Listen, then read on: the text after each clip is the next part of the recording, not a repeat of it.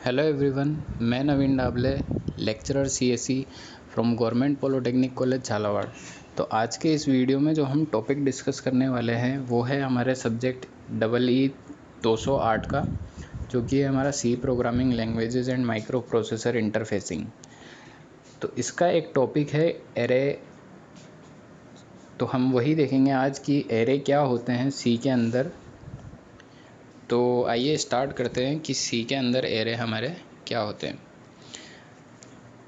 तो सबसे पहले तो क्वेश्चन ये कि मतलब हमें एरे की ज़रूरत क्या पड़ी, जब हमारे पास नॉर्मल वेरिएबल हैं जो कि वैल्यू को होल्ड कर सकते हैं, तो फिर हमें एरे की क्या ज़रूरत पड़ी।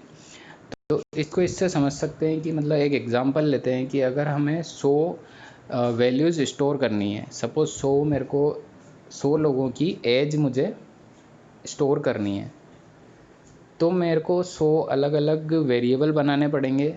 अगर मैं ट्रेडिशनल मतलब बात करता हूँ ट्रेडिशनल सी फॉलो करते हुए, तो मुझे 100 अलग अलग वेरिएबल बनाने पड़ेंगे और उनमें मैं 100 वैल्यूज़ स्टोर करा सकता हूँ। और फिर मुझे उन वेरिएबल्स को याद भी रखना पड़ेगा, क्योंकि हमारा डुप्लीकेसी नहीं हो सकती है कि मतलब सेम नाम से 2 वेरिएबल बन जाए हमारे।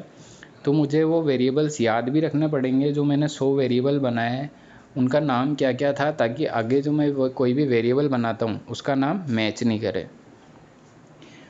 तो एक तो मेथड ये है कि हम 100 वेरिएबल बनाएं और 100 वेरिएबल के अंदर 100 वैल्यूज़ स्टोर करा दें। दूसरा मेथड ये है कि हम एक वेरिएबल बनाएं जो कैपेबल हो 100 वैल्यूज़ को होल्ड करने के लिए, जो कि मतलब एक ऐसा वेरिएबल बनाया हमने जिसके अंदर हम 100 वैल्यूज़ रख सकते हैं। तो कौन सा बेटर ऑप्शन लग रहा है? तो बेटर ऑप्शन यह कि एक वेरिएबल बनाए और उसके अंदर हम 100 वैल्यूज़ स्टोर करा सकें। तो यहीं से कंसेप्ट आपका आया है एरे का। तो एरे जो होता है यही होता है। तो हम चलते हैं, जैसे कि यहाँ पर एक नॉर्मल एग्जांपल देखते हैं पहले कि example of a C normal C variable. तो जैसे कि यहाँ पर इंटीजर x और x इक्वल टू 5, फिर x इक्वल टू 10, उसके बाद हमने प्रिंट करा दी x की वैल्यू।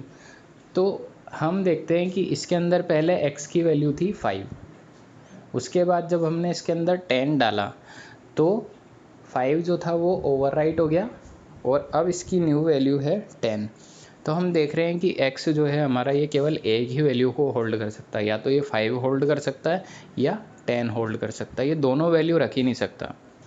तो यही होता है आपके नॉर्मल वेरिएबल, जो कि एक ही वैल्यू होल्ड कर सकता है। जबकि हमारा एरे जो है ये मल्टीपल वैल्यूज़ होल्ड कर सकता है। तो यहाँ पर जब आउटपुट आएगा तो आएगा 10, तो 5 जो है वो ओवरराइट हो चुका है। तो अगर आपको मल्टीपल वैल्यूज़ रखनी है तो फिर आपको एरे का यूज़ करना पड़ेगा। अब एरे होता क्या है? तो डेफिनेशन क्या है एरे की? Array is a continuous memory allocation that can hold more than 1 values of the same data type. तो एरे है कंटीन्यूअस सेट है मेमोरी का, कंटीन्यूअस सेट है, कंटीन्यूअस एलोकेशन है मेमोरी का, जो कि बहुत सारी वैल्यूज़ को स्टोर कर सकता है। वो कैपेबल है बहुत सारी वैल्यूज़ को स्टोर करने के लिए, लेकिन उन वैल्यूज़ का जो डेटा टाइप है वो सेम होना चाहिए। जैसे अगर मैं इंटीजर टाइप का एरे बनाता हूँ तो वो केवल इंटीजर टाइप की वैल्यू ही सेव कर सकता है, उसके अंदर मैं फ्लोट वैल्यू या कैरेक्टर नहीं मैं सेव करूँगा। तो यही है इसकी डेफिनेशन की array is a continuous memory allocation that can hold more than 1 values of the same data type. Same data type मतलब इंटीजर है तो सारे इंटीजर ही होंगे, कैरेक्टर है तो सारे कैरेक्टर, फ्लॉट है तो सारे फ्लॉट। तो डेटा टाइप सेम होना चाहिए। इसके बाद जो डिक्लेरेशन सिंटैक्स है इसका क्या है?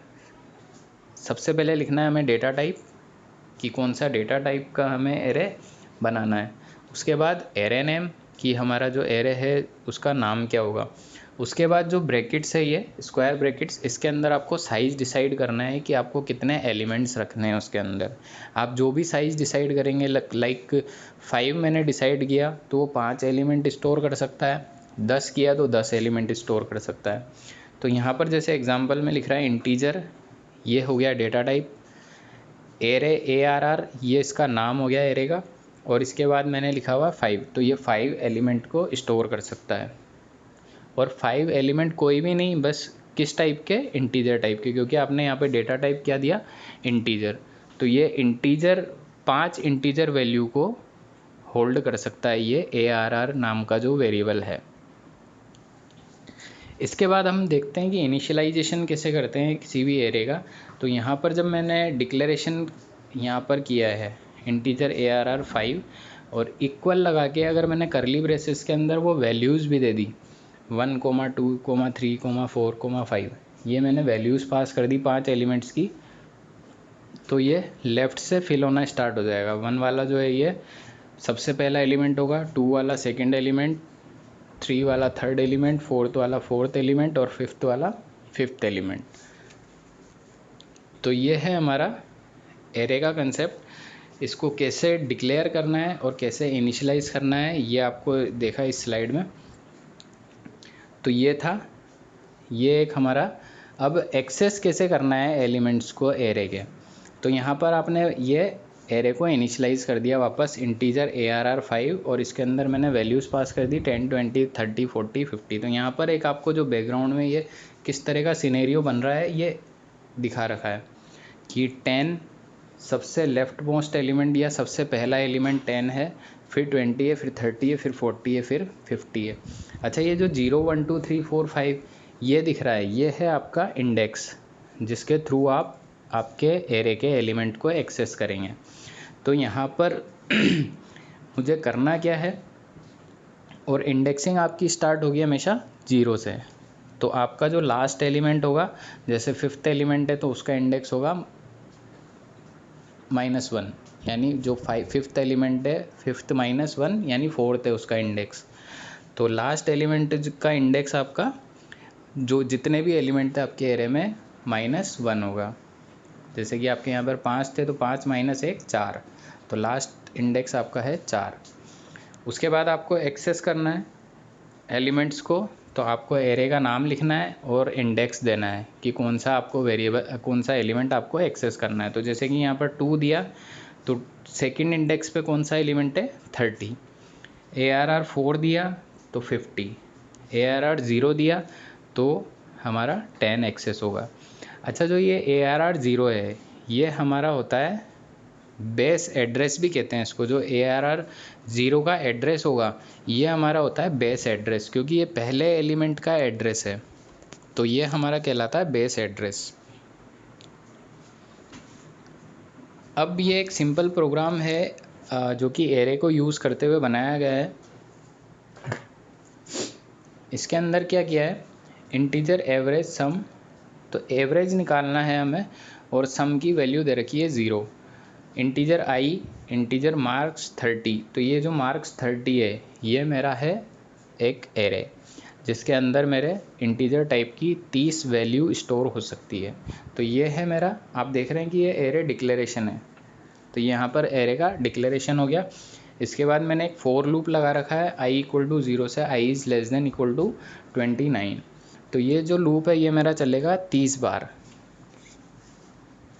और ये कर क्या रहा है, ये एक मैसेज प्रिंट करेगा एंटर मार्क्स, उसके बाद इनपुट लेगा मार्क्स और फिर उसको दे देगा ये जो भी i की वैल्यू होगी उस इंडेक्स पे।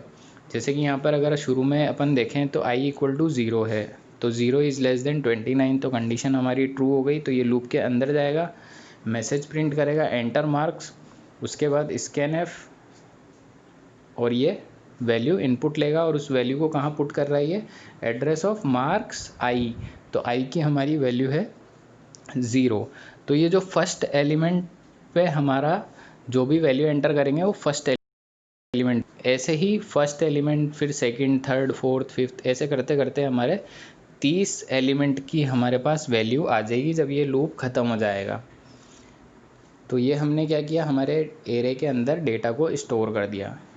इसके बाद जो नेक्स्ट लूप है हमारा फॉर i = 0 से i ≤ 29 i++। तो यहाँ पर हम क्या कर रहे हैं, सम = सम प्लस मार्क्स i। तो यहाँ पर हम उन 30 मार्क्स जो हमारे पास इनपुट आ गए हैं उनका क्या कर रहे हैं, सबका सम कर रहे हैं, क्योंकि हमें एवरेज निकालना है। तो वो यही होता है कि सबका सम करके जितने भी नंबर्स हैं उससे डिवाइड कर देंगे। तो हमें पहले सम चाहिए, तो हम सबका सम निकाल रहे हैं। तो यहाँ पर सम की वैल्यू इनिशियल है 0, तो 0 प्लस मार्क्स 0, तो मतलब जो हमारा पहला एलिमेंट होगा वो सम के अंदर जुड़ेगा और वो वैल्यू वापस स्टोर हो जाएगी सम के अंदर। तो सपोज जैसे मेरे 0, मतलब जो हमारा पहला एलिमेंट था एरे का उसके अंदर वैल्यू थी 10, तो यहाँ पर 10 प्लस 0, तो सम के अंदर नई वैल्यू आ गई मेरी 10। फिर नेक्स्ट टाइम जब ऐड होगा तो मेरा सम प्लस मार्क्स आई, तो 10 प्लस होगा। जैसे सेकंड एलिमेंट मेरा 20 है, तो 10 प्लस 20 30, तो नेक्स्ट जो मेरी सम की अपडेटेड वैल्यू है वो होगी 30। तो इस तरह से ये पूरे 30 एलिमेंट्स को जोड़ देगा और उसके बाद हम क्या कर रहे हैं, एवरेज निकाल रहे हैं उनका जोड़ जो आया उसको हम डिवाइड कर रहे हैं 30 से, तो इससे हमारा निकल जाएगा एवरेज और उस एवरेज को हम प्रिंट कर रहे हैं। तो ये एक सिंपल प्रोग्राम है आपका एरे का यूज़ करते हुए। तो यहाँ पर ये जो चीज़ है एंटरिंग डेटा इनटू एरे, तो यही मैंने आपको बताया कि यहाँ पर i इक्वल टू 0 से लेकर i इज़ लेस देन 29, तो ये 30 बार ये लूप चलेगा। उसके बाद हर एक एलिमेंट के लिए ये वैल्यू इनपुट ले लेगा और first element, second element, third element, ऐसे करते करते आपकी 30 वैल्यूज़ इनपुट आ जाएगी। इसके बाद आपका ये जो है reading data from an array, अब आप वो डेटा रीड कर रहे हैं। वैल्यूज़ आपने जो इनपुट ली थी, यहाँ पे मार्क्स आई है, ये वैल्यू रीड कर रहा है एरे से। तो ये मैंने आपको लॉजिक बता दिया कि किस तरह से ये चल रहा है। इसके आगे देखते हैं कि यहाँ पर इस प्रोग्राम में जो मेन पॉइंट्स थे वो क्या है। N array is a collection of similar elements, तो जैसा कि मैंने आपको बताया कि जो एरे होगा उसके अंदर सारी वैल्यूज़ एक ही डेटा टाइप की होनी चाहिए। जैसे अगर मैंने इंटीजर एरे बनाया तो मेरी जो सारी वैल्यूज़ है 30 की 30 वैल्यू मेरी इंटीजर होगी। उसके बाद the first element in the array is numbered 0, तो ये जो नंबर्ड 0 है इसका मतलब है ये 0 इंडेक्स है उसका। तो जो फर्स्ट एलिमेंट होता है उसका इंडेक्स 0 होता है, so the last element is 1 less than the size of the array. तो जो लास्ट एलिमेंट होगा उसका इंडेक्स क्या होगा, जो भी साइज है आपके एरे का -1, तो 30 माइनस 1 29, तो आपके जो लास्ट एरे का इंडेक्स है वो होगा 29। An array is also known as a subscripted variable, तो आप एरे को सब्सक्रिप्टेड वेरिएबल के नाम से भी बुला सकते हैं। इसके बाद है हमारा before using N array it's type and dimension must be declared, तो एरे को यूज़ करने से पहले आप इसकी जो साइज़ है या डायमेंशन है वो आप स्पेसिफाई ज़रूर करेंगे।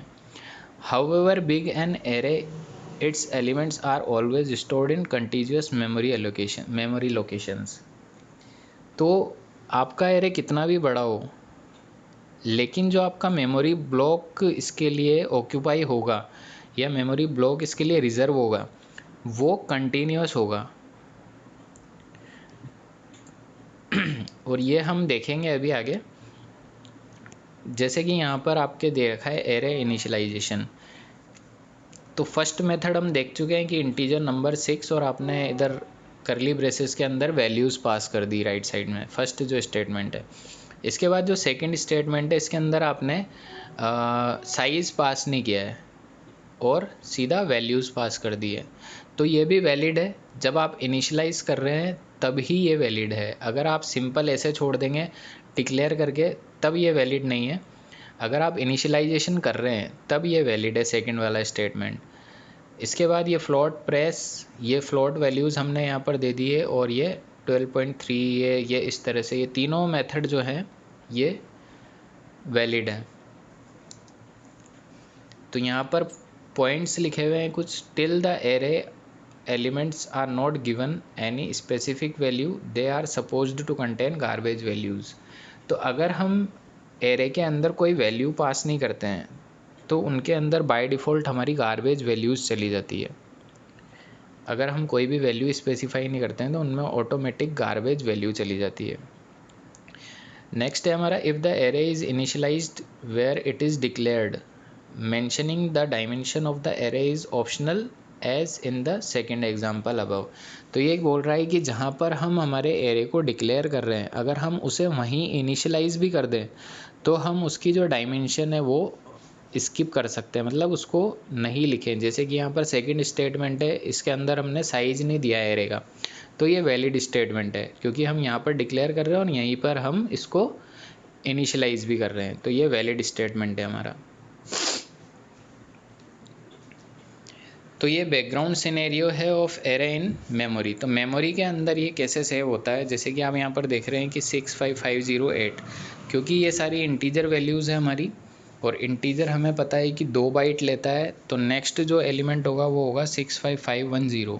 तो 508 के अंदर 2 बाइट जोड़ दी तो नेक्स्ट एलिमेंट हमारा, उसके नेक्स्ट एलिमेंट कहाँ पर होगा हमारा 510 पे, फिर 512 पे, फिर 514 पे। इस तरह से हमारा ये है एरे कंटिन्यूस मेमोरी एलोकेशन। जो मैंने आपको बोला था वो ये चीज़ है कि कहीं भी ये ब्रेक नहीं होगा एरे के एड्रेसेस में। जैसे 65508, 6550510, 512, 514, 516, 518, 520, 522, तो ये कंटिन्यूस है।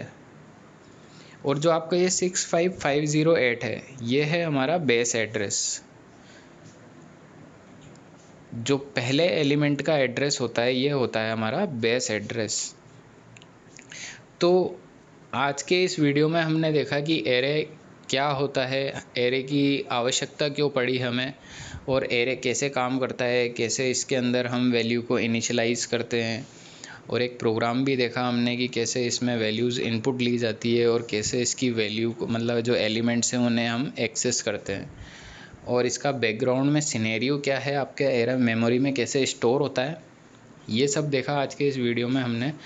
आगे इस वीडियो में एरे के टॉपिक में हम और भी चीज़ें डिस्कस करने वाले हैं। जैसे आपके ये 1 डायमेंशनल एरे है, आगे हम डिस्कस करेंगे 2 डायमेंशनल एरे, पॉइंटर्स अर्थमेटिक भी हम डिस्कस करेंगे आगे के लेक्चर्स में। तो आज के इस वीडियो में इतना ही। Thank you.